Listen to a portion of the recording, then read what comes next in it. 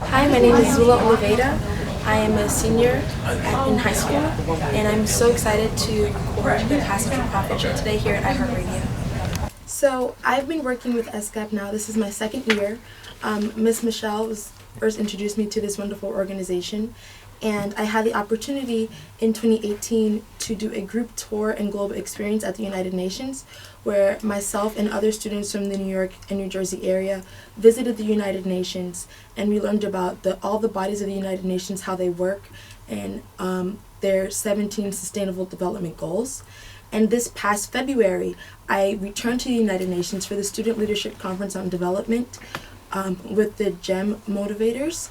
And basically, it is a conference where young people from around the world, from many different high schools, Mexico, India, Georgia, the country, and we came together and we had different satellites on a video call, and we all spoke about how to solve one problem that we can all relate to in this world. So this year, our problem was focusing on the Sustainable Development Goal number 6, which is clean water and sanitation.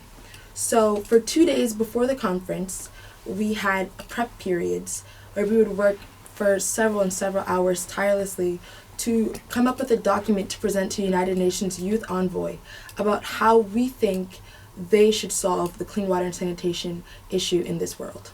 We came up with many solutions that we presented to the board. One of them was making a toilet that can be used in third world countries that has a sink on top so that when you wash your hands, it flushes the toilet. And that idea enforces, keeping things clean, sanitation, but also it saves and conserves water. What would be something that would be surprising to the average listener? One thing that I learned is that in New York, you can't collect rainwater, which I found crazy because all around our country and around the world, there are people who live in poverty and they may not have access to clean water. Rainwater is something that you can filter and you can use in your home. You can use it to bathe and to cook, to wash dishes. And there are many places like New York where you cannot collect rainwater. It's against the law. And so we presented to the UN suggesting to the UN member states maybe allowing all of their countries to let their citizens collect rainwater so they can use it for personal use. We definitely came up with many other solutions to other problems. One of them, of course, wildlife and recycling. We definitely want to make sure that laws are implemented against, leaving litter in the streets, in the water, at the beach, so that our wildlife is not affected. Because the wildlife, I believe, is just as important as us. We all live, Lion King's circle of life, and we all work together on this earth. And so I believe if we help protect them, it will benefit us. Just interacting with other kids from different parts of the world, what were some of the takeaways? So I found that many of us, even though we're from all over the world, we had very similar experiences.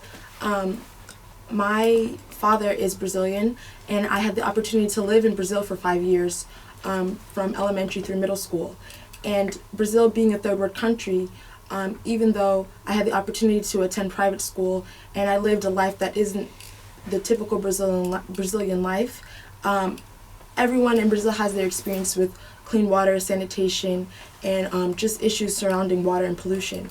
And one of my team members, who was the afternoon chairperson in the conference, she was from Bangladesh. And the experiences she had with clean water and sanitation in Bangladesh and the lack of water and pollution were very similar to the ones that I faced in Brazil. And so it was very interesting to see that around the world we have the same problems. And so even though we have different experiences, we came together to solve a common issue. As youth, it's important for us to be the spokesperson of these movements. And so we realized that we had to reach out to the other high schools across the globe, other high schools in our area, and really push our fellow students, friends, and peers to want to make a change, to make a difference. Because this is our world and we live in it, and we are the next generation, we are the future. So if we want a clean world, if we want clean water, we have to encourage people like ourselves. So I believe the number one thing that I gained from this experience is sharing my experience with others so that they might be interested and join along. Do we know what's next for you as far as college? We don't. That will be a surprise, as you know today's May 1st, but I plan to announce it in a very special way. But even though I am graduating from SGAP, I really am excited to come back and to mentor the next SGAP leaders. I have 2 younger brothers, they're 12 and 10, and they already talk about, oh, Zula, what's this SGAP thing that you do? I want to do it. And so I like to hear them be interested in it, and I can't wait for the next SGAP leaders to ask me questions so I can answer them. What would be the one piece of advice you would give somebody that's thinking about trying to be more active? I would say you can never be too curious and never be scared to share your ideas. I've heard so many wonderful pitches and ideas from peers of mine, even in school, and they're like, oh, I have this idea, but I don't think I'll share it because I don't think it's worth the while. If you have an idea, put it out there, reach out to someone. Someone will like your idea, and you never know how far you'll go.